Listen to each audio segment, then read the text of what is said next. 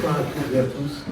Donc, l'Europe et la neutralité carbone, 12 décembre 2019, je crois que le jour ne pouvait pas être mieux choisi, parce que vous avez peut-être entendu qu'aujourd'hui, là maintenant, il y a à Bruxelles une réunion du Conseil européen. Donc, vous savez qu'en Europe, la gouvernance, c'est une gouvernance tripartite. Il y a le Parlement, la Commission et le Conseil européen. Le Conseil européen, c'est l'ensemble des gouvernements.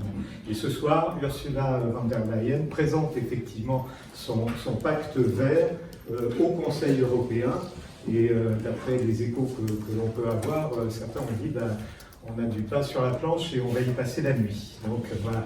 Donc ça ne pouvait pas mieux tomber pour essayer d'explorer ce que peuvent être les dimensions de la politique européenne en matière de climat, et en particulier cette thématique qui devient, je dirais, de plus en plus consolidée, même si elle pose un certain nombre de questions, cette problématique de la neutralité carbone.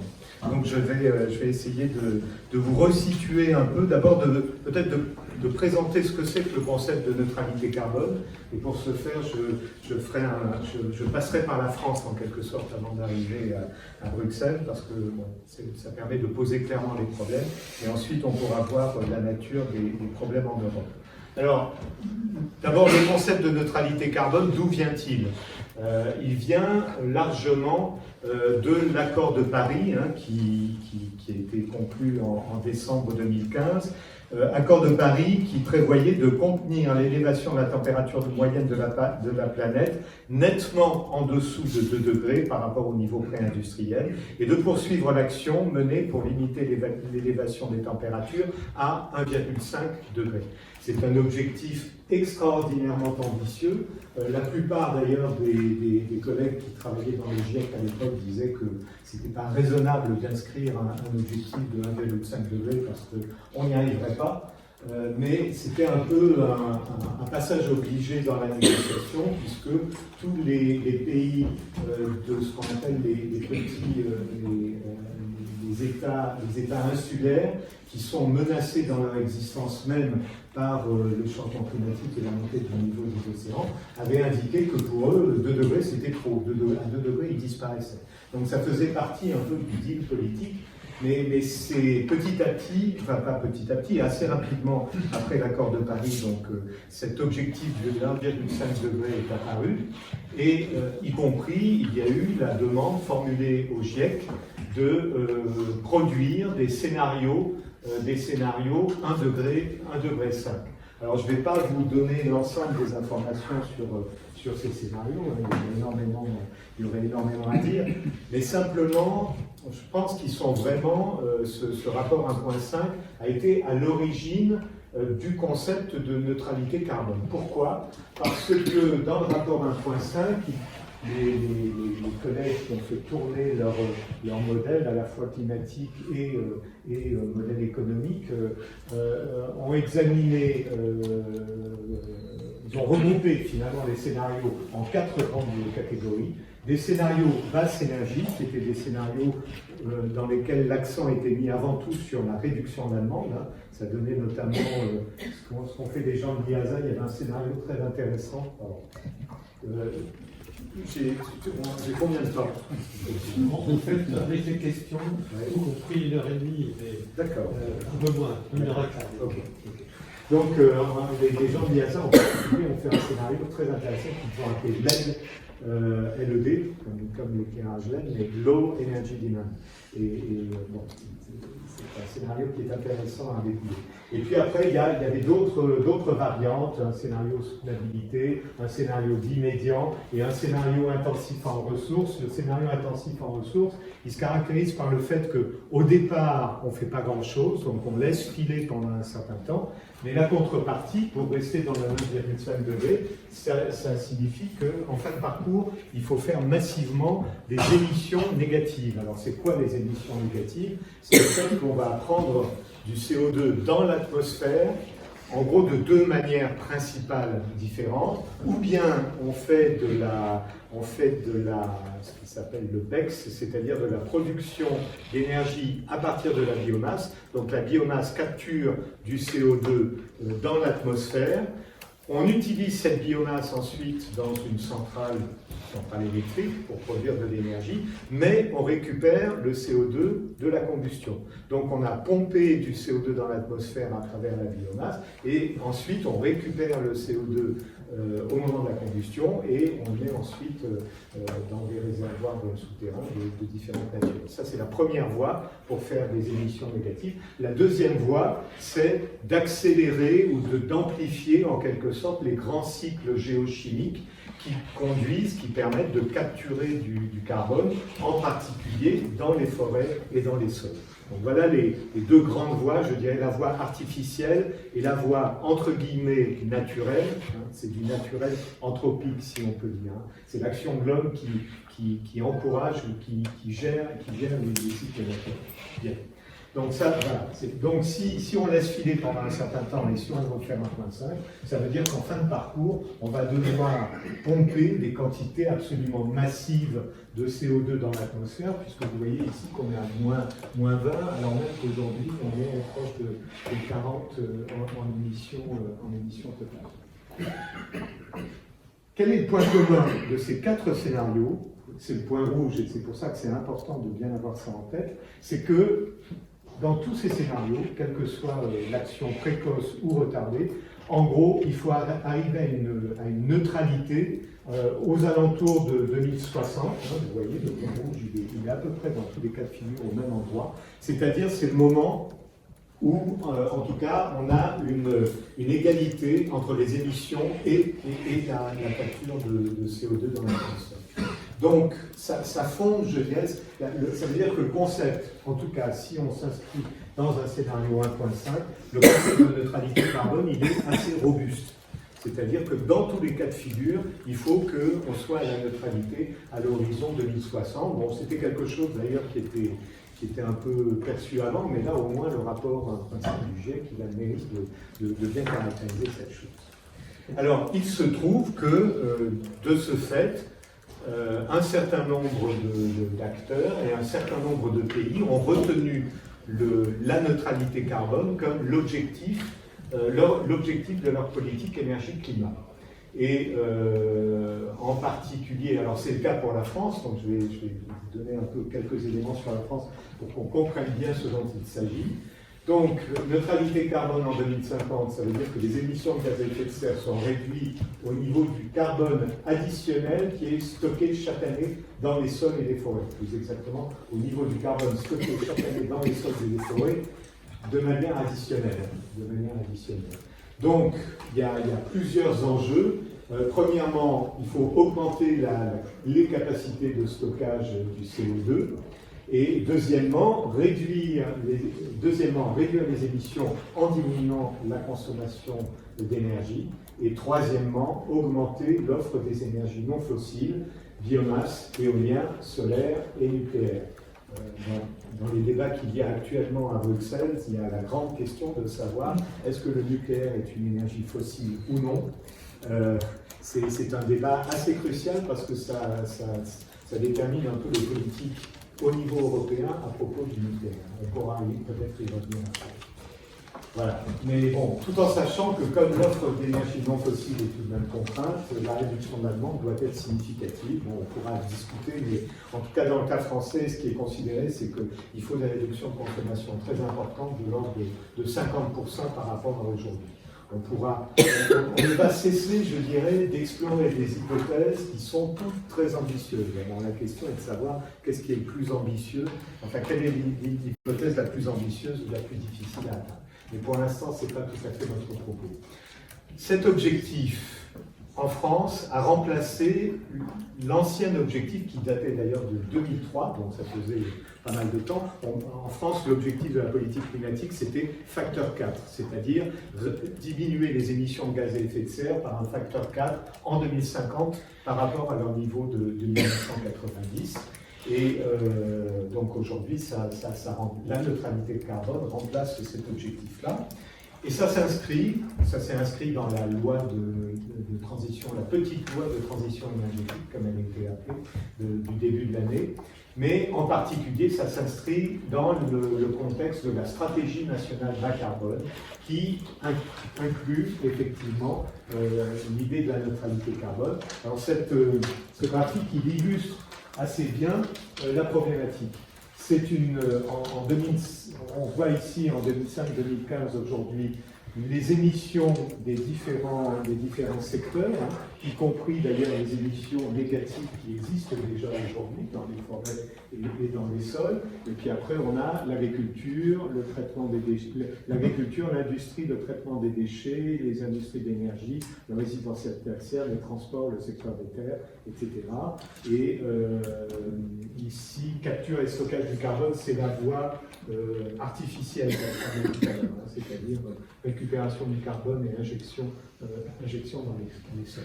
Et vous voyez que l'essentiel, c'est que, premièrement, il doit y avoir une réduction vraiment massive. On n'est plus au facteur 4 pour la réduction des émissions, on est plutôt au facteur 5 ou 6, puisqu'on passe de 550 à quelque chose comme 80 ou 90. Et en fin de parcours, on a à peu près l'équivalence entre les absorptions de carbone dans les sols et les émissions. Donc on atteint, si tout se passe bien, la neutralité carbone. Alors dans la stratégie nationale bas carbone, les chiffres clés, c'est à peu près les suivants.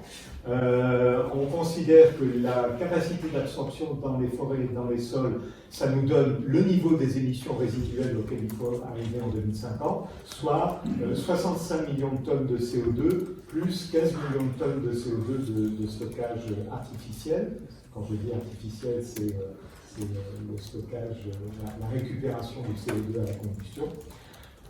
Dans la SNBC, les grandes masses, c'est les suivantes. Il y a 3 secteurs, transport, bâtiment et énergie, qui sont pratiquement décarbonés à 100% en 2050. Le résultat, c'est un peu ce qu'on peut voir sur le graphique précédent.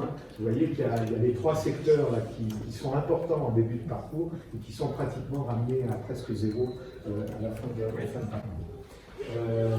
Les émissions résiduelles les plus importantes qui restent en 2050, c'est l'industrie, 16 millions de tonnes, et l'agriculture, 48 millions de tonnes, parce qu'on considère qu'il est plus difficile de réduire massivement les émissions dans l'agriculture que dans les autres secteurs. Et donc on a 16 plus 16 plus 48, moins 65 plus 15, égale 0, si l'opération est bonne. Voilà un peu les chiffres de la neutralité carbone tels qu'ils sont inscrits aujourd'hui dans la stratégie nationale bas carbone en France. Alors, pour appuyer un peu ce type, pour décrire un peu en quelque sorte les défis de la neutralité carbone, on peut s'appuyer sur une étude qui a été menée il y a maintenant 2 ans à la fois par Enerdata, cette société grenobloise qui travaille sur les questions d'énergie, et par Carbone 4, la société de Jean-Marc Jancovici et Alain Grandjean, pour Entreprises pour l'environnement. Entreprises pour l'environnement, c'est une association qui regroupe les grandes entreprises du CAC 40 qui s'intéressent aux questions d'environnement. Ce n'est pas inintéressant de noter que le concept que ces entreprises acceptent de financer une étude sur la neutralité carbone, sur ce qu'on appelle, ça a été l'étude ZEN, ça s'était bien trouvé, zéro émission nette, ZEN 2050.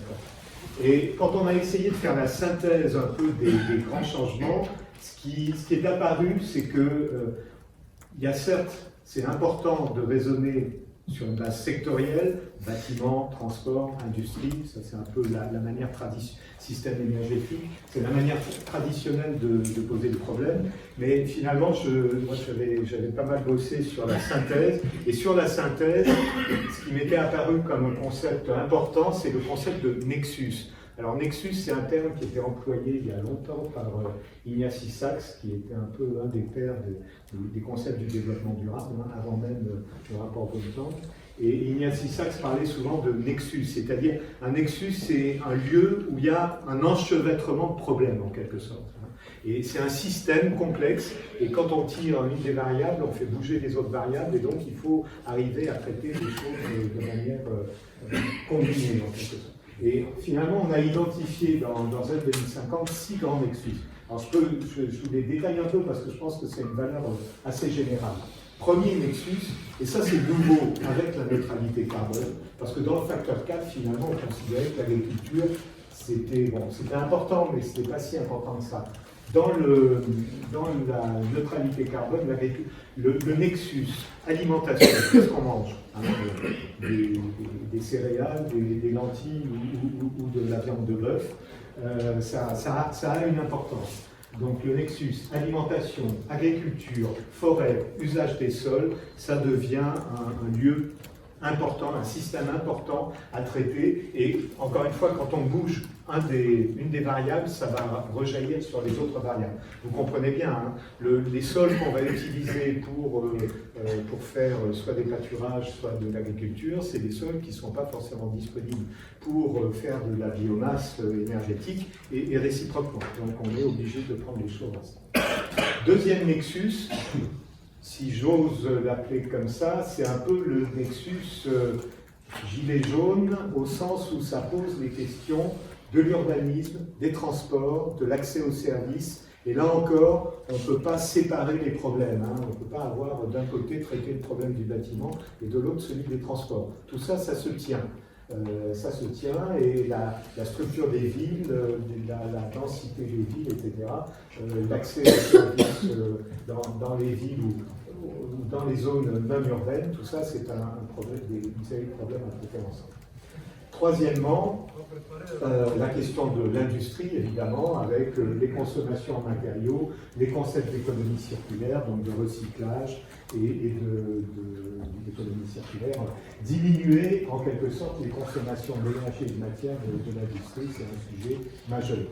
Évidemment, quatrièmement, la question du système énergétique, les énergies renouvelables, le stockage, parce que plus on va avoir d'énergie renouvelable intermittente dans le système, et plus on va avoir des problèmes d'ajustement de l'offre et de la consommation d'électricité. Donc, à partir d'un certain seuil, il va falloir, d'une part, peut-être flexibiliser la demande d'énergie, mais aussi faire du stockage, la question des réseaux intelligents, de la production décentralisée, et dans quelle mesure ces nouvelles énergies et ces nouveaux systèmes remplacent-ils les anciens systèmes énergétiques et en particulier électriques centralisés, c'est une vraie question.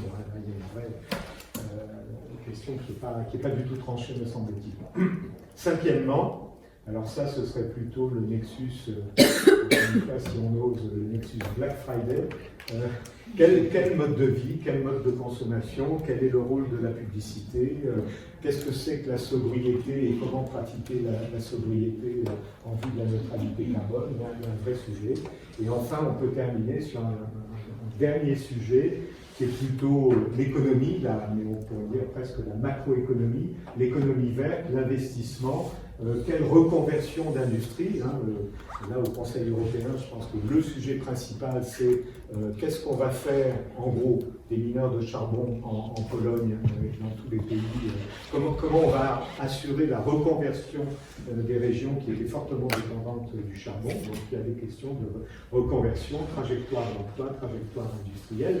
Et puis, très probablement, et ça, c'est peut-être la question la plus importante et la plus difficile à cerner aujourd'hui. C'est clair que la société et l'économie, dans un concept de neutralité carbone, dans le respect de la neutralité carbone, ça sera très différent de la société et de l'économie que l'on a aujourd'hui. Donc, comment essayer de décrire ça? Mon activité principale avant, c'était d'être modélisateur en économie. Je peux vous dire que les modèles macroéconomiques qu'on a aujourd'hui sont très mal équipés pour essayer de décrire ce que pourrait être la nouvelle macroéconomie dans le monde de la neutralité carbone. Voilà un peu les enjeux à partir du cas français. Je vais peut-être passer rapidement là-dessus. Sur le cas français, bon, ce qu'on peut dire, c'est quand même important à avoir en tête, parce qu'on va retrouver d'ailleurs à peu près la même chose au niveau européen. En France, quand on regarde les émissions totales, donc si ces questions vous intéressent, vous pouvez aller voir l'Observatoire Climat Énergie, qui donne un certain nombre de données récentes, très récentes, sur l'évolution des émissions de gaz à effet de serre en France. Alors, on a beaucoup vu passer ce chiffre, plus 4,5% au-dessus de l'objectif. C'est vrai que ce n'est pas terrible. en même temps, il faut bien regarder les choses. C'est vrai que depuis 2005, par rapport à 1990, les émissions en France étaient à peu près stables jusqu'en 2005. Et depuis 2005, il y avait quand même une forte tendance à la baisse.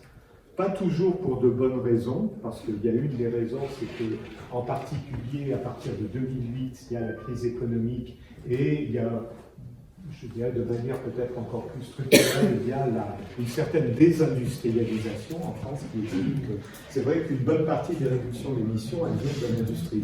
Donc, c'est pas que des bonnes nouvelles. Hein. C'est pas que des bonnes nouvelles. Et ce qu'on voit, c'est que, alors après, il y a eu 3 années, 2015, 16, 17, où les émissions avaient réaugmenté, ce qui n'est pas une bonne nouvelle. En 2018, elles ont beaucoup diminué, en partie parce qu'il y a eu un hiver très doux, peut-être à cause du changement climatique. Ça fait partie des phénomènes à prendre en compte. Ce qu'on voit, c'est que il peut y avoir de fortes réductions des émissions. La question, c'est d'abord, il faut continuer la tendance. Il faut continuer la tendance, et puis ensuite, il vaut mieux que ce soit des réductions d'émissions pour de bonnes raisons. Ce qui conduit aussi, avant de passer à la dimension européenne, il y a une question intéressante à tout ça aussi, c'est ce qu'on appelle l'empreinte carbone, c'est-à-dire les émissions qui sont liées aux consommations de produits, et notamment de produits industriels en France, mais des produits importés. Et quand je parle de désindustrialisation, ça veut dire qu'il y a un certain nombre de produits qui sont produits ailleurs et qui ont des émissions associées. Et on s'aperçoit qu'aujourd'hui, les émissions, l'empreinte carbone en France, elle est, ça c'est uniquement pour le CO2. Hein. C'est aussi important que les émissions sur le territoire.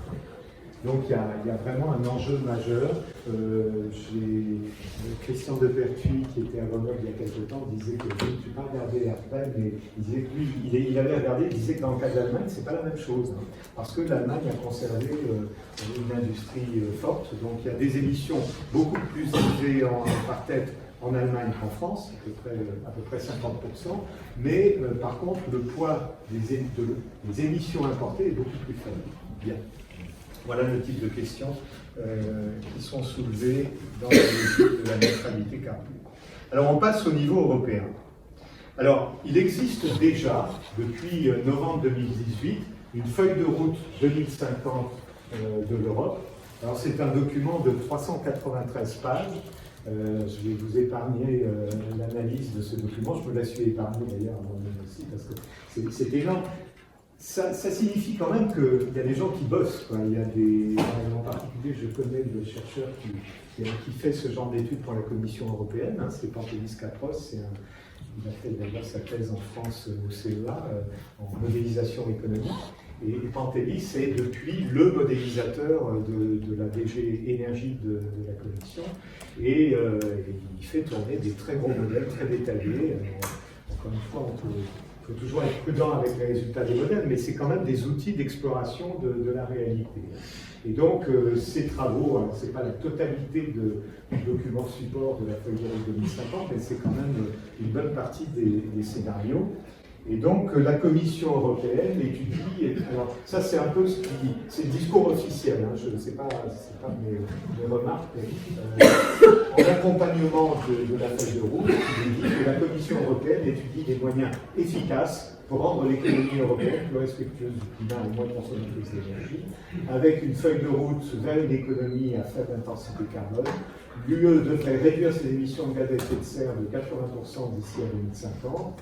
Les étapes pour y parvenir consistent à atteindre 40% de réduction d'ici 2030.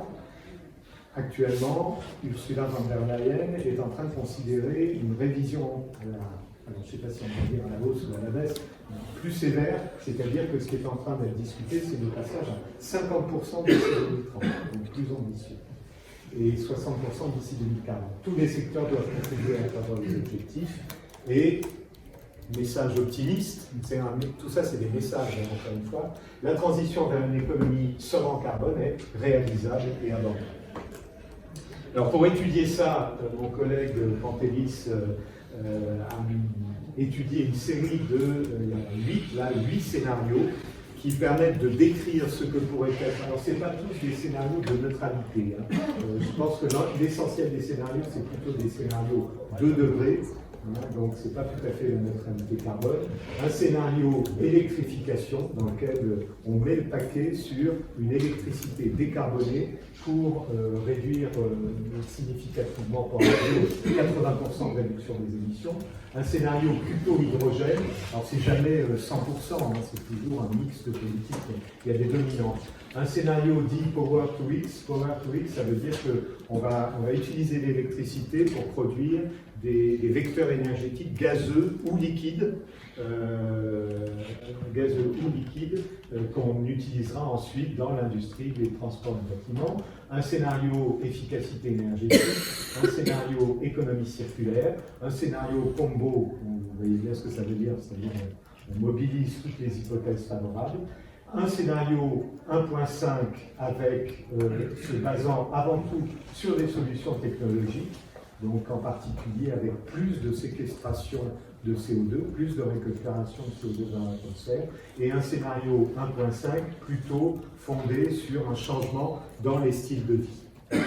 Donc, et alors tout ça, je peux vous dire que c'est bien documenté, ça tombe dans des modèles, encore une fois, on peut faire confiance, mais ça donne une description détaillée de ce que peuvent être les futurs énergétiques. Et le résultat, c'est un schéma qui ressemble assez, il n'y a pas de mystère, hein, le schéma ressemble assez à ce que je vous ai montré tout à l'heure dans le cas de la France. Hein.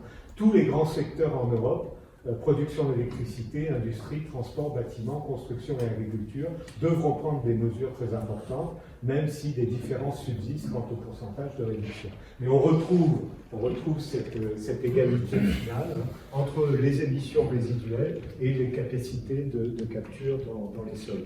Ce qui est important d'avoir en tête, c'est que les capacités de capture dans les sols, c'est vraiment dimensionnant. On a dans un schéma de neutralité carbone, on peut émettre autant que ce qu'on peut stocker dans les sols, mais pas plus. C'est ça l'idée. Alors, toujours au niveau du discours officiel, hein, en quelque sorte, européen. Je suis mis en italique là exprès. Les bénéfices pour l'Europe, c'est que la transition vers une économie sobre en carbone est réalisable et abordable, ça a déjà été dit, mais elle requiert des innovations et des investissements.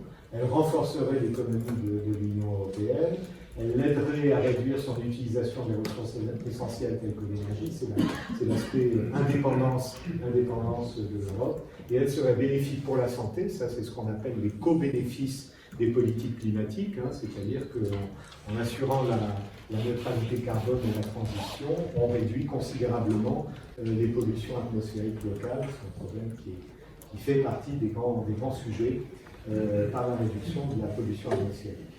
Alors, sur le chiffre, là, soyons prudents parce que l'UE devrait investir 270 milliards d'euros supplémentaires. Il faut voir exactement au cours des 4 prochaines décennies. Je ne sais pas supplémentaire par rapport à quoi, parce qu'on verra après passer des chiffres un peu différents. Donc finalement, la vision 2050 de l'Europe, c'est une vision où on gagne un peu sur tous les terrains, et en particulier du point de vue de ce triangle que j'aime bien parce que je trouve qu'il décrit bien les polarités de la politique européenne.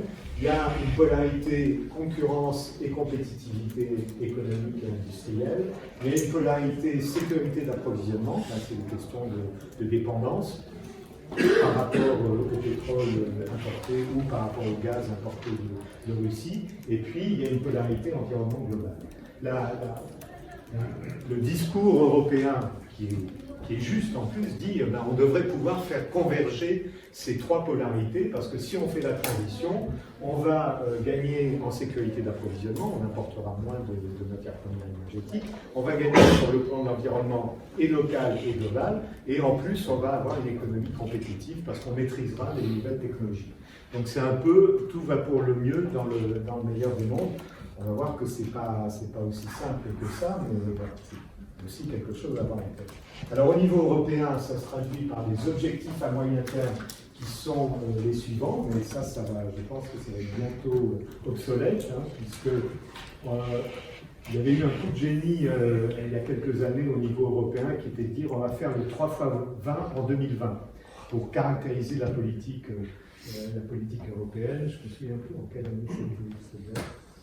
2010, 2008, 2010. Bon, c'était 20% de réduction en 2020, 20% de réduction des émissions de gaz à effet de serre, 20% d'énergie renouvelable, 20% d'efficacité énergétique supplémentaire, augmentation des interconnexions. Depuis, les objectifs ont été repoussés à 2030, alors c'est moins élégant, hein, c'est pas 3 fois 20 en 2020, c'est moins 40% pour les gaz à effet de serre, 27% au moins d'énergie renouvelable et 25% au moins d'efficacité énergétique supplémentaire à l'horizon 2030. Comme je vous le disais déjà, le moins 40% en 2030 d'émissions, il est actuellement en train d'être rediscuté et il pourrait être remplacé par moins 50%. La France d'ailleurs pousse à la révision de cet objectif. 2030, pour ceux qui connaissent un peu les inerties dans le système énergétique, 2030 c'est demain. Hein, 10 ans, c'est vraiment très peu de temps. Donc c'est extraordinairement ambitieux. Alors même graphique que pour la France, c'est un peu la même chose. On pourrait même dire que quand on regarde les émissions en Europe depuis 1990, on voit qu'il y a quand même eu des réductions très importantes. Alors, il y a une première vague de réduction en début de période qui s'explique assez bien, en particulier par la réunification allemande, hein, et le fait qu'à ce moment-là, il y a eu beaucoup d'installations énergétiques peu performantes qui ont été fermées dans l'ancienne Allemagne de l'Est. Et puis ensuite stabilisation, puis ça repart à la baisse, avec encore une fois au niveau européen les conséquences de la crise de 2008, hein, qui sont un côté positif, c'est la baisse des émissions, mais un côté négatif qui est un affaiblissement industriel de l'Europe. Et puis, comme en France, hein, une certaine stabilisation dans les dernières années, vous voyez qu'il faudrait reprendre une pente encore plus, accélérer la pente de réduction dans les années qui viennent, et c'est ça le véritable enjeu. Alors, ce qui rend difficile cette accélération dans la réduction des émissions, c'est le fait suivant. Je vous ai présenté le triptyque compétitivité, sécurité et qualité de l'environnement. Eh bien, c'est que malheureusement, les choses ne sont pas aussi simples que la convergence de ces trois objectifs, et que très souvent, ce qui apparaît au niveau européen, c'est plutôt des tensions, des contradictions entre compétitivité et sécurité d'approvisionnement, parce qu'aujourd'hui, si on veut vraiment avoir l'énergie la moins chère, il faut importer beaucoup de gaz et de pétrole, finalement. Entre sécurité d'approvisionnement et environnement local, la même chose. Je ne me souviens plus de l'exemple. Enfin, il y a la contradiction aussi. Je retrouve le cas. Et puis, contradiction entre compétitivité et environnement, parce que la mise en œuvre de solutions, de nouvelles technologies décarbonées, pour l'instant en tout cas, ça coûte encore plus cher pour le moment que les technologies traditionnelles. Donc en fait, là où on peut essayer de travailler à la convergence des objectifs, il y a souvent plutôt des tensions et des contradictions, ce qui fait que tous les États ne sont pas d'accord pour avancer, je dirais, de la même manière et au même rythme dans la transition. Alors dans les outils que s'était donné l'Europe, vous avez sans doute entendu parler du marché des quotas et des problèmes de la taxe carbone, mais dans un premier temps, sur le marché des quotas, en grande masse, hein, les émissions de l'Europe, c'est 4 gigatonnes de CO2, hein, pour le CO2 énergétique, dont la moitié dans l'industrie et le système énergétique, 2 gigatonnes, et la moitié sur des émissions plutôt diffuses dans les secteurs bâtiments, transport et industrie légère. Eh bien, une des grandes victoires de l'Europe au début des années 2000, ça a été d'instaurer un contrôle des émissions pour le secteur des industries lourdes et du système électrique, donc sur les 2 gigas, sur la moitié quand même, sur la moitié des émissions, c'était pas rien. Il y a eu l'instauration d'un marché des quotas d'émissions. Je ne vous explique pas ce que c'est qu'un marché de quotas. En gros, chaque unité a des autorisations d'émettre, et puis si elle arrive à émettre moins que ces autorisations, elle peut revendre des permis. Inversement, si elle émet plus que ces autorisations, elle doit racheter des permis. Alors, pour les économistes, j'ai fait partie des économistes qui ont vraiment été fans de cette solution pendant quelques années. Hein. C'est un schéma qui est intellectuellement très satisfaisant parce que ça permet de diminuer les coûts. Et ça présentait beaucoup d'avantages. À l'usage, si je puis dire, à l'usage, on s'est aperçu que malheureusement, ça n'avait pas beaucoup, jusqu'à aujourd'hui en tout cas, ça n'avait pas beaucoup impacté le secteur électrique en particulier. La courbe rouge, c'est le prix des quotas, donc c'est l'échelle de gauche, hein, depuis 2010. Donc vous voyez, ça commence à 10 et puis ça descend, ça reste pendant très longtemps très très bas, aux alentours de 5 € la tonne de CO2. Ça a remonté autour de 20 € par tonne de CO2 dans la dernière période parce que la Commission a introduit des mécanismes permettant de faire des choses. Mais tant que c'était en dessous des courbes grises là, que vous voyez, eh bien, ça ne conduisait même pas à remplacer une centrale à charbon ou le fonctionnement d'une centrale à charbon par une centrale à gaz. Donc ça n'avait même pas cette fonction-là. Et là, on ne parle pas même des questions d'investissement. Et donc ça veut dire que le prix était trop bas pour avoir un impact réel sur les choix des producteurs d'électricité en Europe. Alors, il y avait plusieurs raisons à cela. Le prix était bas, en partie à cause de la crise, mais le prix était bas aussi parce qu'il y a eu des politiques, d'autres politiques, les politiques de développement des énergies renouvelables ont contribué à diminuer la demande de permis, hein, puisqu'il y avait stimulation des énergies renouvelables, donc les industriels avaient moins besoin d'avoir des permis. Bon, revenir éventuellement sur cette question-là, mais ça signifie une chose, c'est que, à mon avis, enfin en tout cas pour moi, la conclusion à tirer, c'est que les systèmes de quotas qui étaient intéressants pour les économistes, ça ne donne pas des signaux suffisamment stables et suffisamment élevés, suffisamment stables pour réellement avoir un impact sur les choix d'investissement à long terme des différents acteurs. Donc on pourra revenir éventuellement sur cette question. Et j'ai un problème d'ordre. Alors attendez, on va faire ça comme ça. Voilà.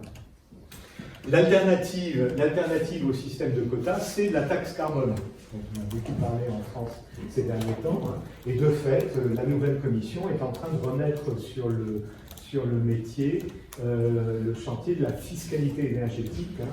Et donc, ça c'est en particulier pour la régulation des émissions diffuses, bâtiments transport. Donc se pose la question de la taxe carbone.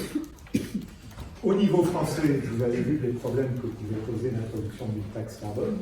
Je ne sais pas quand et comment ce sujet va ressortir. La Convention citoyenne sur le climat est actuellement un peu en stand-by, je pense, du fait à la fois que le débat sur les retraites est passé au premier plan et puis aussi que c'est difficile de réunir les citoyens en raison des grèves de transport. Mais bon, c'est une des questions qui éventuellement pouvait être traitée par la Convention citoyenne. Vous voyez, taxation de l'énergie, le travail de titan qui attend l'Union européenne. Donc on a vu qu'en France, déjà, c'était pas évident. Au niveau européen, en plus, tout ce qui est mesures fiscales, pour que ce soit adopté au niveau européen, ça doit être fait à l'unanimité des membres. À l'unanimité des membres.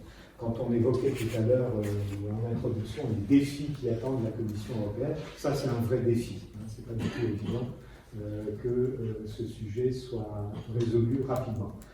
Je vais clore ce chapitre-là en mentionnant simplement le fait que les instruments de politique environnementale qui sont privilégiés par les économistes, marché de quotas et taxes, on voit aujourd'hui pas forcément leur limite intrinsèque, mais en tout cas la difficulté qu'il peut y avoir à les mettre en œuvre. Et donc, si on ne s'appuie pas sur les instruments économiques, comment on va faire pour déclencher les changements nécessaires? C'est pas tout à fait évident. Il y a une tribune dans le monde intéressante d'un ancien collègue, Dominique Filon, qui était grenoblois, et qui dit, ben, en fait, on pourrait le faire avec d'autres mesures intelligentes. Bon, c'est un point en débat. Et je reviens juste sur celui-là. Voilà. Donc, en juin 2019, là, on est dans la partie difficulté, en quelque sorte. Hein. Juin 2019, vous voyez les titres des journaux. L'UE échoue à adopter la neutralité carbone.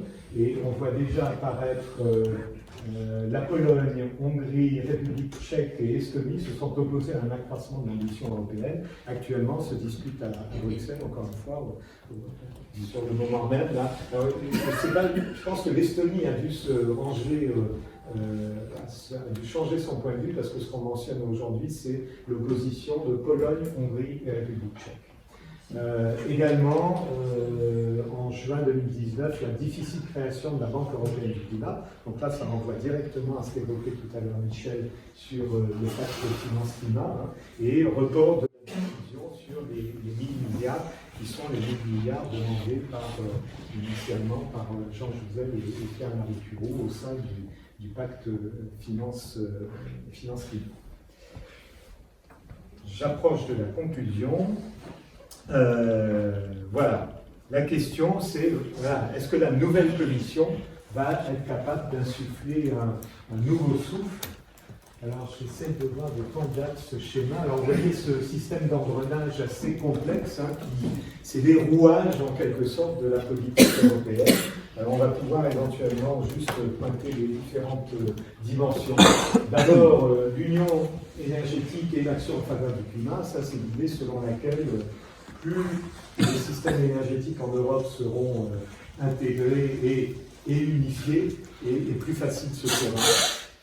C'est éventuellement quelque chose qui peut se discuter d'ailleurs, mais bon, ça fait partie, c'est Jacques Delors hein, qui avait introduit le marché unique de l'énergie comme une des dimensions importantes de la construction européenne.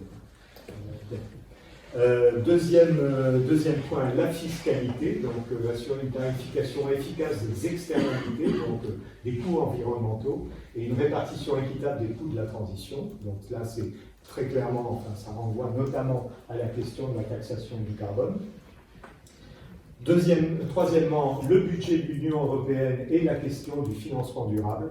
Alors là, il y a véritablement il y a des grands débats sur est-ce qu'il faut effectivement dégager des ressources supplémentaires. Certains disent, ben non, en fait, on n'a pas besoin de ressources supplémentaires, il suffit de ne plus investir dans les énergies brunes, dans les énergies fossiles, et on va dégager comme ça des sources de financement. Hein. C'est notamment ce que dit Benoît Leguet dans le think tank I4CE. Bon, il connaît bien les questions de financement, hein, et il dit le problème, c'est pas qu'on manque de financement, c'est qu'on investit là où il ne faudrait pas investir. Donc c'est plutôt une question de tuyaux, il faut détourner les tuyaux vers des choses vertes plutôt que green.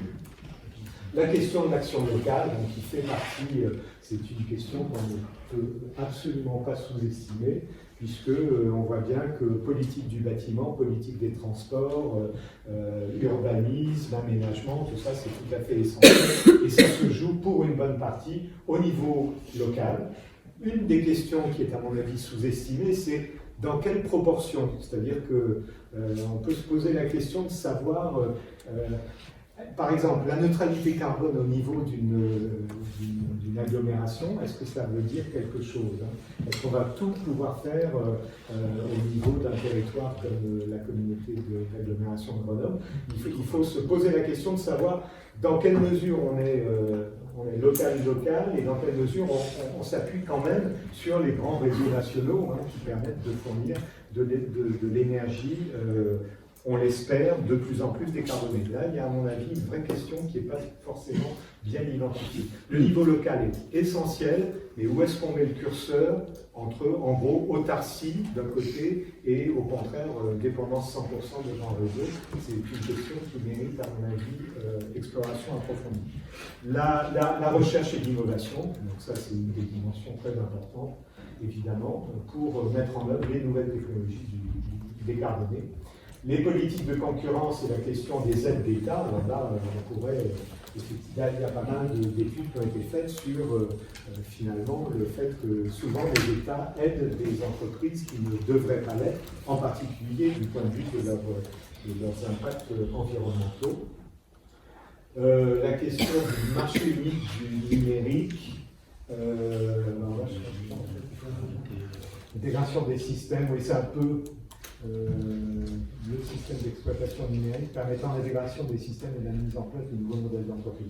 Je ne sais pas si ça fait référence à tout ce qui renvoie au smart grid ou en tout cas à l'économie numérique, peut-être l'économie numérique, sachant que, comme d'ailleurs à peu près toutes les technologies, tous les systèmes techniques, il y a le pire et le meilleur dans le numérique, c'est-à-dire qu'il y a la possibilité de faire beaucoup d'efficacité énergétique, par exemple, mais en même temps, le système numérique qui consomme beaucoup d'électricité. On estime aujourd'hui que c'est de l'ordre, les chiffres sont de mauvaise qualité, mais c'est de l'ordre de 8% de la consommation totale d'électricité. C'est pas négligeable. Et la croissance est très rapide. Le pilier social, alors peut-être que la petite roue là, elle est un peu petite pour construire une politique équilibrée. Il y a un engrenage, la dimension sociale. Et d'ailleurs, dans le discours de Ursula von der Leyen, il y a vraiment l'idée d'une transition juste. Et la transition juste, c'est quand même bien le pilier social. Commerce libre mais équitable, c'est toute la question des accords internationaux. Des accords d'échange internationaux, et enfin, stratégie industrielle et économie circulaire, là on va sur le titre 7. Donc, vous voyez la complexité des enjeux de ce système d'engrenage. Bon, c'est pas parce que c'est complexe qu'on n'y arrivera pas, mais enfin, il faut arriver à articuler ces différentes dimensions de la politique. Et je vais conclure avec tout de même des bonnes nouvelles, le fait que le 29 novembre, le Parlement européen a déclaré l'urgence climatique et environnementale. Vous vous souvenez de ce que dit la gouvernance européenne, c'est trois piliers, le Parlement, la Commission et le Conseil, c'est-à-dire en gros le Conseil des gouvernements des pays. Donc le Parlement, et là, voilà, la position de la Commission, c'est, donc ça date du 10 décembre, Ursula von der Leyen propose un Green Deal européen pour ralentir le réchauffement, et elle dit, en substance, je proposerai de créer un fonds pour une transition juste, et je veux qu'il mobilise 100 milliards d'euros d'investissement au cours des 7 prochaines années. Alors on n'est pas tout à fait aux 8 milliards, mais enfin 100 par 7, ça fait, on s'en rapproche. Avec l'effet de levier de la Banque européenne d'investissement et fonds privés.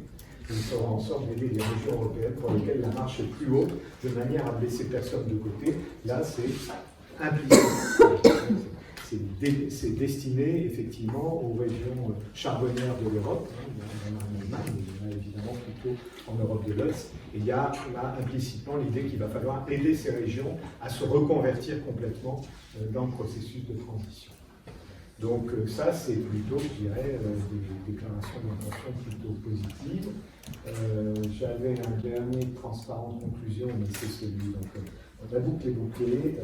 Si ça vous lâche un peu d'auto-publicité, si ces questions vous intéressent, vous pouvez regarder aussi sur The Conversation, le site The Conversation, où j'ai une douzaine d'articles sur ces questions.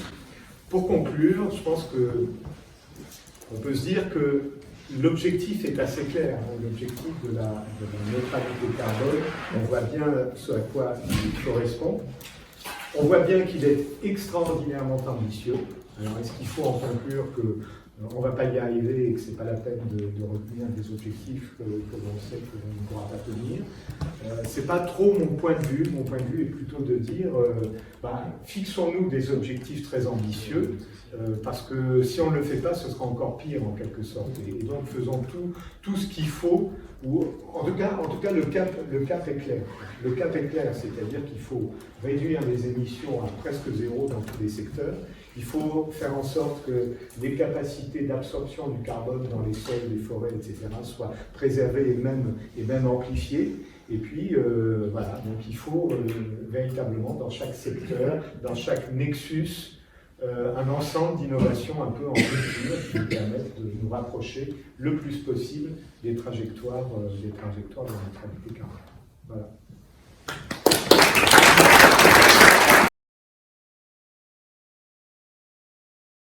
On va prendre les questions. Jacques.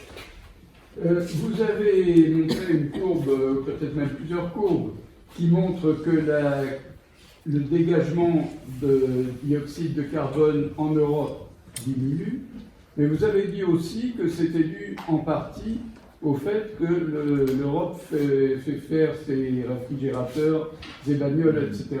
en Asie. Alors, est-ce que c'est en partie petite ou en grande partie?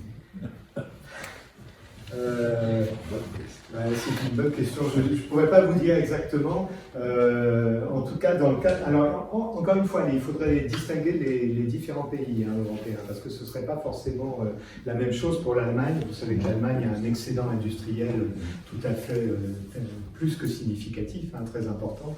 Et donc, il faudrait. Je pense que pour les pays d'Europe de l'Est, ça doit être ce qu'on appelle l'Europe de l'Est, ça doit être le cas aussi. Donc il faudrait regarder pays par pays. Donc je peux pas vous dire exactement la proportion, mais c'est pas négligeable. C'est pas négligeable. C'est clair que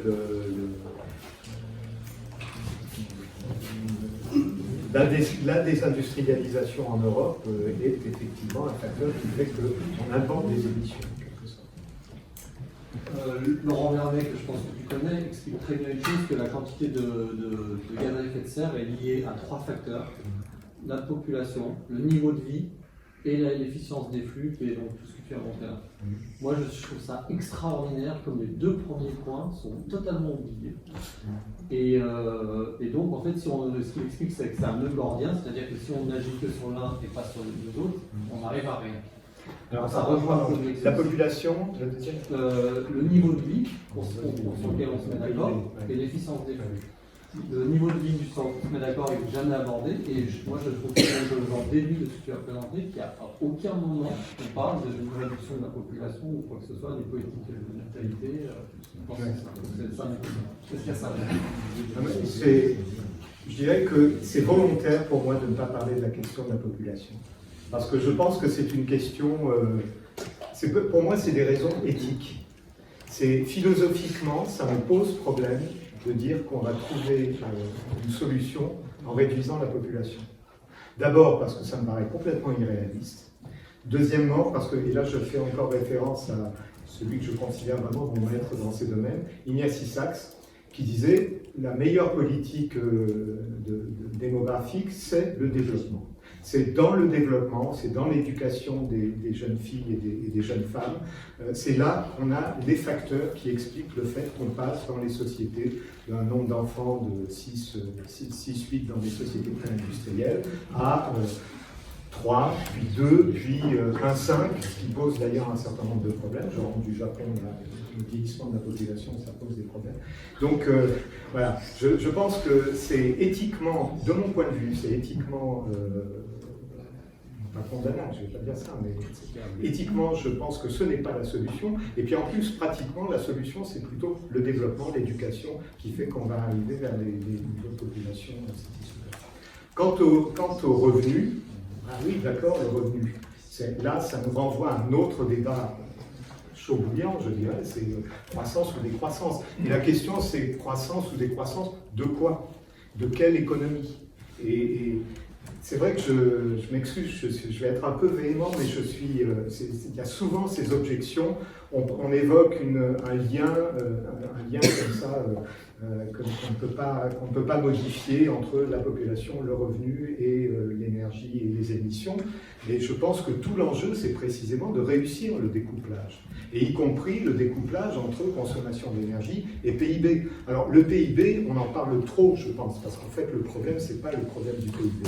Le problème, c'est d'avoir des économies qui, en quelque sorte, donnent un emploi décent au plus grand, non pas au plus grand nombre, à tous. Et donc après, si ça passe par un ralentissement du PIB, ça me paraît être quelque chose d'un peu accessoire. Pierre-Noël Giraud, dans son bouquin « L'homme inutile », à mon avis, il pose bien le problème. Il dit on parle beaucoup du PIB, mais c'est pas trop la question. La question, c'est comment on a une économie. Je reviens à Ignace Isaacs, ça aussi c'est un terme, c'est une phrase extraordinaire je trouve. C'est une économie un développement socialement inclusif et respectueux de l'environnement. Pour moi, le Graal, en quelque sorte, c'est ça. Et à partir de là, tous les débats sur croissance, décroissance ou contrôler la démographie, pour moi, ça n'a pas d'intérêt. Ce que je recherche, c'est un développement économique, socialement inclusif et respectueux de l'environnement. Alors j'ai vu trois d'autres sujets. Il y avait effectivement, oui. Je voulais poser deux questions à Patrick sur la démission de GES, et ça reprend la première question. Est-ce qu'on parle de démission du territoire ou d'empreinte, que ce soit dans la SNPC ou dans les objectifs européens, parce que si c'est en émission, il nous manque 20, 30, 40%, c'est ce qui était dit au début, et du coup, la neutralité carbone, on ne l'a pas réellement fait. C'est le premier point. Le deuxième, c'est par rapport au puits, dont tu parlais, les sols, les forêts, etc. Je ne suis pas du tout spécialiste de la question, mais j'ai entendu dire que ces puits, bon, on peut effectivement augmenter la quantité de carbone qu'on peut stocker dans les forêts en forestant, dans les sols en changeant les pratiques agricoles, mais qu'au bout d'un moment, on arrive à un équilibre. Là, Oui, c'est vrai qu'au-delà de 2050-2060, ça devient plus compliqué. Bon, je suis d'accord avec ça. Sur la question de l'empreinte carbone, je pense que on est dans une situation, c'est un peu le dilemme, on est un peu dans le dilemme du prisonnier, quoi. C'est-à-dire que si l'Europe, y compris si l'Europe progresse vers la neutralité carbone, alors que le reste du monde ne fait rien, c'est évident que ça ne fera pas, quoi. C'est epsilonesque par rapport au problème, ça ne changera rien. Donc on est obligé de se mettre dans une situation plutôt coopérative en disant si l'Europe fait des efforts et progresse vers une réduction, alors la neutralité en elle-même, c'est peut-être pas le problème, mais si de fait on arrive à beaucoup réduire nos émissions sans forcément augmenter nos importations, mais là c'est encore une autre question, c'est l'insertion de l'Europe dans ce qu'on appelait avant la division internationale du travail. Quelle politique commerciale, quelle ouverture ou pas aux frontières, ça c'est vraiment un vrai débat. Mais donc on est obligé de faire le pari que les autres pays, eux aussi, et peut-être en particulier des pays comme la Chine, eux-mêmes vont progresser vers la neutralité carbone. Alors ce qui est peut-être aujourd'hui un peu inquiétant, c'est que après la sortie de Donald Trump de l'accord de Paris, côté chinois actuellement, il semblerait que ce soit vraiment, alors qu'à un certain moment on avait l'impression qu'il y avait vraiment une volonté que actuellement, ils ne semblent pas très actifs. Hein, donc, là, il y a un sujet d'inquiétude. Mais on est, dilemme du prisonnier, on est obligé de supposer que les autres, parce que sinon on perd tout de toute façon. Si on ne le fait pas nous, personne ne le fera, et donc on perd tout. C'est pas évident comme situation. Monsieur Bon, c'est une question d'économiste, alors, mais je me réfère à un papier que j'ai lu il y a 2 jours de Jean Pisani-Ferry. Jean Pisani-Ferry, publié dans la Peterson Institute of International Affairs, dans lequel il proposait d'utiliser la transition vers une économie verte comme une stratégie pour faire sortir l'économie européenne de la stagnation ou éventuellement pour éviter une crise trop grave, donc qui pourrait se réaliser dans le futur. Mais selon lui, il y a 2 conditions qui sont nécessaires. D'un côté, l'investissement, le niveau d'investissement. En fait, et ça se présente toujours n'importe quel scénario finalement de l'utiliser. En fait. Et il soutient que l'investissement public ne pourra pas seul arriver à faire, disons, effectuer cette transition, qu'il y aura besoin de plus de la moitié de l'investissement privé, en fait, mais que les stratégies présentes de la Commission n'ont pas assez de crédibilité pour pouvoir inciter à un investissement privé. Et le facteur sur lequel il mettait principalement l'accent, c'était le prix du carbone, que pour lui, il est bien trop bas pour pouvoir convaincre l'investissement privé, qu'il faudrait au moins établir un prix de au moins 40 euros par unité par rapport aux 25 qui sont là en ce moment. Qu'est-ce que tu en penses? Ah ben je suis tout à fait d'accord avec le diagnostic de Jean Pisani-Ferry. Maintenant, le prix du carbone, c'est vrai qu'il en faut un, mais on a bien vu les difficultés qu'il y a à introduire une composante, cette composante finalement dans le prix de l'énergie. Hein. Et là, on pourrait mettre en rapport ce que dit Jean Pisani-Ferry, mais avec beaucoup d'autres, hein, Christian Goyer de Toulouse aussi. Alors lui, il défend en plus un prix universel. Bon, j'aurais des divergences. Bon. Mais il y a, disons, la plus grande partie des économistes dont je fais partie, considèrent qu'il faut un prix du carbone. Et la question, c'est comment rendre ce prix du carbone acceptable. Alors, il y a des exceptions, je citais tout à l'heure Dominique Finon, hein, et Dominique, sa tribune dans le monde là, est assez tonique, hein, et il dit bon, finalement, on n'a pas besoin de prix du carbone, on pourrait faire ça avec des normes. En gros, c'est des normes intelligentes. On a un collègue canadien, Marc Jacquard, qui soutient le même discours. Il avait fait un article, lui, qui disait comment le gouvernement de Justin Trudeau peut-il réduire les émissions sans perdre les prochaines élections? Il le posait comme ça. C'est la question de l'acceptabilité. Je pense qu'une des conditions de l'acceptabilité du prix du carbone, c'est du point de vue des économistes, c'est pas obligatoire, mais je pense que du point de vue de l'acceptabilité sociale, c'est obligatoire. C'est que, c'est qu'il y ait de la transparence sur l'utilisation des recettes. Et en gros, il y a 3 utilisations possibles des recettes d'une taxation du carbone. La compensation des ménages les plus défavorisés, je pense que c'est totalement indispensable. Une partie de financement des investissements, en particulier ceux qui doivent être faits par les particuliers. Et puis, alors ça dépend, c'est un gâteau, on partage en 3 parts. Il y a peut-être une part pour, je ne sais pas, des grandes causes nationales comme, je ne sais pas, l'hôpital par exemple en France ou des choses comme ça. Mais il faut absolument qu'il y ait une transparence là-dessus. Et même s'il y avait cette transparence, je ne suis pas certain qu'on puisse gagner l'acceptabilité sociale. Encore une fois, je pense que la Convention citoyenne sur le climat, quand elle va redémarrer, je ne sais pas ce que ça va donner, on va dire, parce que j'ai suivi d'assez près les premiers déploiements, enfin les premiers développements, et il y a une forte opposition d'une bonne partie des citoyens présents à la question même de la taxe carbone. Alors après, on pourrait dire, mais on pourrait mettre un prix du carbone sans que ce ne soit pas une taxe. Oui, alors comment c'est pas tout à fait évident. Oui, bonjour.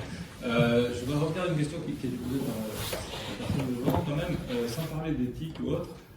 Malgré tout, c'est assez utile de regarder les grandes masses. Et aujourd'hui, alors on parle de PIB, on pourrait parler de bonheur, d'indice de développement économique.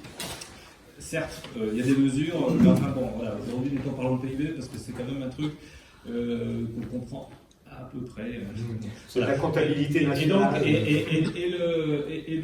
Ensuite, le fait que le PIB et les émissions de gaz à effet de serre soient liés plus ou moins fortement, on peut faire des transitions de façon à diminuer la dépendance du PIB ou du bonheur aux émissions. Enfin, ça ne se fait pas en 5 ans, même sur une génération, c'est extrêmement rapide. Et donc, quand même, quand on fait quelques ratios et qu'on se dit, bah oui, le PIB il est quand même un peu lié, bon, si on gagne 30%, 40% en 20 ans, ça serait vraiment déjà énorme. Et le PIB, c'est la multiplication du PIB par habitant par le nombre d'habitants. Alors, désolé, mais c'est pas éthique, mais ça, c'est. Voilà, et c'est comme ça. Et donc, quand on fait ce genre de ratio, on voit la diminution des émissions. Suivant combien on capte, à mon avis, et je suis assez d'accord que les terres qui vont permettre de capter de fixer plus de CO2, il y a un milliard de tonnes, des milliards d'hectares. Et donc, on se dit, bah oui, il va falloir diminuer les émissions nettes, enfin, en brut, d'un facteur peut-être 4, 5. Et donc, bah, le PIB, même si on gagne, bah, on va le diminuer à au moins de facteur 2 à 3. Donc, d'ici à 2050, mettons. Et ça, c'est énorme, en fait. C'est énorme. Donc, je pense que... donc, comment est-ce qu'on... Parce qu'en fait, quand on ne donne pas de chiffres... Vous imaginez dans 40 ans, une société française avec un PIB... Alors, le PIB, en plus, il faut savoir ce qu'on met dedans et quelle est la structure du PIB. Hein. Est-ce que vous imaginez une France avec un PIB réduit de moitié ? Moi, j'ai beaucoup de mal. Hein. Mais moi aussi, j'ai du mal. C'est la guerre. Beaucoup de mal. Mais bon, Je veux dire que c'est... sauf à avoir une pensée magique, on ne voit pas comment Non, on arrive à bien Non, mais autre chose. justement, je pense qu'il ne faut pas mettre la pensée magique là où elle n'est pas. Il est clair que le défi qui est devant nous, c'est quelque chose d'historiquement, ça s'est jamais produit. Ça s'est jamais produit. Pourquoi? Parce que on est arrivé, on a eu des révolutions industrielles qui se sont déployées à partir du début du 19e siècle, hein, avec une puissance, je dirais, et une vitesse déjà très, très importante, sur la base des fameux esclaves énergétiques chers à Jean-Marc Jancovici. Hein. Et c'est vrai que ça a été un déploiement très très rapide. Et là, on s'aperçoit, c'est pas de chance effectivement, c'est qu'on atteint les limites très rapidement. On est effectivement, le mur est très proche. Et en effet, la situation n'est pas facile. Hein. Et donc le découplage, je pense que dans le découplage population, PIB, énergie, émissions, il faut distinguer le découplage relatif et le découplage absolu. Hein. Le découplage relatif, c'est quand effectivement, par exemple, les émissions croissent moins vite que le PIB. Suite à une dernière discussion qu'on avait ici, j'ai regardé un peu comment ça s'est dépassé au niveau mondial. Au niveau mondial, ça fait quand même, il y a quelques décennies, que les émissions croissent autour de 1, 1,5, alors que le PIB croît en moyenne à 3% par an, au niveau mondial. Donc ça veut dire qu'il y a déjà un découplage relatif. Mais au niveau mondial, on n'est pas en effet au découplage absolu. Or, il faudrait un découplage absolu. Là, on est dans une situation de découplage absolu quand même, hein, parce qu'entre-temps, le PIB européen, il a beaucoup augmenté. Alors évidemment, en effet, il faut prendre en compte les questions d'empreinte, etc. Mais encore une fois, je dirais, c'est pas de la pensée magique. Je pense que penser qu'on peut avoir des sociétés avec 50% de PIB en moins, ou alors ça va être la guerre. Vraiment, ça va être la guerre. Ça va être terrible. Et donc le défi, c'est de réussir ce découpage-là. Je conviens que ce ne soit pas du tout évident. Mais les autres solutions me paraissent pas. C'est la raison que le bonheur et les jeunes, c'est de toute bière. Oui, à toi. Oui. Est-ce que pour arriver à diminuer les émissions de gaz à effet de serre, un des procédés efficaces serait d'essayer d'améliorer l'acceptabilité par les opinions publiques de l'énergie nucléaire? C'est une question qui se pose. C'est-à-dire qu'on peut discuter aussi, on peut discuter en effet du contrôle de la démographie, on peut discuter il y a beaucoup de sujets en effet. L'option nucléaire, elle pose un ensemble, toute une série de problèmes, qui sont des problèmes sérieux. Il faut reconnaître que c'est un moyen de produire assez massivement de l'énergie non carbonée. Et penser, là après je dirais, c'est un sujet qui viserait certainement pas mal cette assistance. Personnellement, je pense qu'il ne faut pas exclure le nucléaire du portefeuille de solutions que l'on va devoir mobiliser. Que la France ait trop de nucléaire, c'est possible, et que l'on ait certainement à gagner à faire diminuer la part du nucléaire, ne serait-ce que pour être dans la compétition sur les autres technologies et sur les technologies renouvelables, c'est aussi une question qui se pose.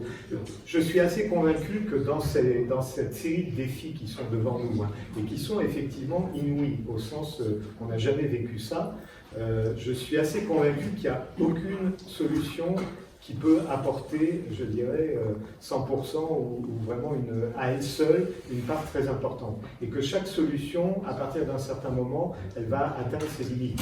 Même les renouvelables qui sont disponibles en quantité très largement suffisante, il y a un moment où on va éventuellement avoir des problèmes de sites, de saturation des sites, de trouver des surfaces, etc., ou des problèmes associés à l'équilibrage offre-demande en permanence sur les réseaux. Donc toute solution, je dirais, il n'y a pas ce qu'on appelle les backstops, hein, c'est des solutions filets de sécurité, une solution qui à partir d'un certain moment recrée une certaine abondance, en tout cas, quand on atteint un certain niveau de coût, bon, après, on n'a plus de soucis. Et je pense qu'aucune solution n'est comme ça. Toutes les solutions qui sont à notre disposition, elles rencontrent à un moment leur limite. Et donc, toute la question, c'est le bon mix de politique. Et je crois que la France va avoir dans les prochaines années à décider, par exemple, comment elle gère son mix électrique. Et c'est pas pour rien qu'il y a d'un côté des scénarios 100% renouvelables qui sont préparés, et de l'autre côté des scénarios 50% nucléaires, par exemple, à l'horizon 2050. Je pense que tous les choix, il va se poser maintenant. C'est voilà, pour la France. Et ça veut... voilà, donc... Bon, il y a encore 3 questions que j'ai notées. Il y a monsieur, après monsieur, et après mademoiselle. Oui, merci Patrick pour cette présentation. Je comprends aisément la roadmap, les différentes roadmaps, pour pouvoir essayer d'atteindre cette neutralité carbone en 2050. Je comprends cette roadmap dans 20 000 pieds, elle est gérée par des institutions et on pousse très fort. Je comprends aussi que nous, en tant que petit colibri, on peut influencer là-dessus en notre vie. Et puis après, là où je mets à plus comprendre, c'est 2/3 des richesses mondiales, c'est des milliards de dollars dont on parle, qui sont dans les mains des banques, elles sont immobilisées uniquement à des fins spéculatives. Et qui dit spéculation dit énergie fossile. Et c'est là où mon cerveau commence à bloquer. Je dis, dans un État libéral, dans une économie libérale, comment on peut interagir là-dessus? Et moi, en tant que colibri, comment je peux interagir là-dessus? Et j'ai l'impression que tant que cette partie d'équation n'est pas injectée dans le modèle, le contre-courant, il est énorme. Voilà. Et c'est là où j'ai mon cerveau qui bloque. Et je me dis, oui, je sors mon vélo, etc. Mais à côté, il y a tellement un moment qui est toxique. Comment je peux lutter et comment une institution peut lutter là-dessus? C'est une très bonne manière de poser le problème. D'abord, une remarque. Je pense que parmi les premiers dégâts occasionnés par l'élection de Donald Trump, il y a le fait qu'à mon avis, au moment de l'élection de Donald Trump, on était tout près, c'était après la conférence de Paris, on était tout près d'avoir ce que les Anglais appellent le tipping point, un point de basculement vers un désinvestissement massif des grandes institutions financières par rapport à tout ce qui était énergie fossile. Je pense que c'était quelque chose qui était en germe et je me trompe peut-être, on ne peut pas refaire l'histoire, hein, mais je pense que si Trump n'avait pas été élu, si ça avait été Hillary Clinton, peut-être que là, ça aurait basculé, c'est-à-dire que les grandes institutions financières auraient basculé. Après, il y a d'autres phénomènes tout de même, et j'ai noté récemment, toutes les compagnies pétrolières, ça c'est ce sera à mettre en débat avec Jean-Marc Jancovici, toutes les compagnies pétrolières actuellement sont en train de réévaluer à la baisse leurs actifs sous forme de pétrole, tout simplement parce que, en quelque sorte, on nage dans le pétrole. C'est-à-dire que le marché pétrolier est plutôt suralimenté qu'en situation de pénurie.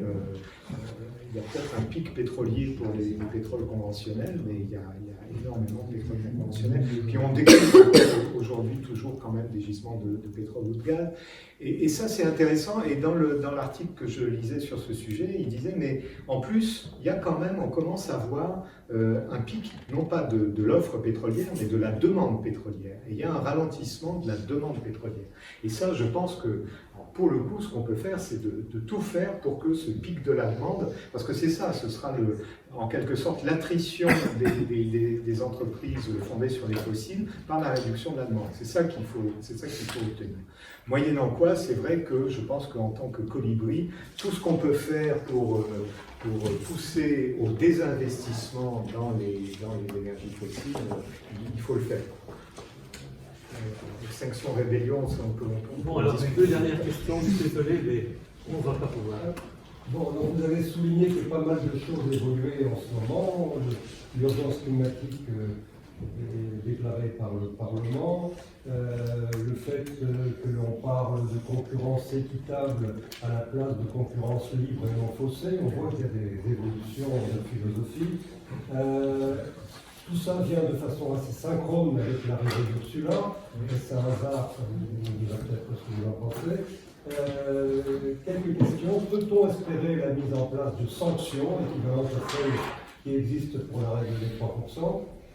Est-ce que pensez-vous du fait que la diminution des inégalités, qui sont un élément central cité par des économistes et pas les moindres, on n'en voit pas beaucoup parler là, hein, c'est le moins qu'on puisse dire. Ah, il y a quand même le terme juste, condition juste. Oui. Et c'est vrai que le mot inégalité très important. Les inégalités, on ne les voit pas trop disparaître. Et puis alors une dernière question, c'est que moi je veux bien qu'on ne s'occupe pas des problèmes de population, mais enfin un des plus gros défis de l'humanité, il est très très précis en termes de population, il est limité à l'Afrique, qui va connaître la plus énorme transition démographique dans les années connues, et dans des territoires qui vont être les plus touchés par le changement climatique. Par conséquent, il y a quelque chose qui me semble manquer là-dedans, c'est que la question de l'accueil des millions de réfugiés climatiques n'apparaisse absolument pas. Alors, on peut la négliger, mais je pense que c'est vraiment une politique de l'autruche. Merci. Beaucoup de questions. Non. Mais je ne sais pas, c'est plus des constats. Je partage un peu vos constats. Alors la synchronicité avec l'arrivée d'Ursula. Ben ça, je sais pas, je ne connais pas suffisamment cette dame, et je pense que, mais vraiment sans me connaître du tout, au niveau du discours, ça me paraît plutôt être un bon départ. Maintenant, il faut voir s'il y a moyen de tenir sur la distance et de construire en quelque sorte son action. Les sanctions. La question des sanctions,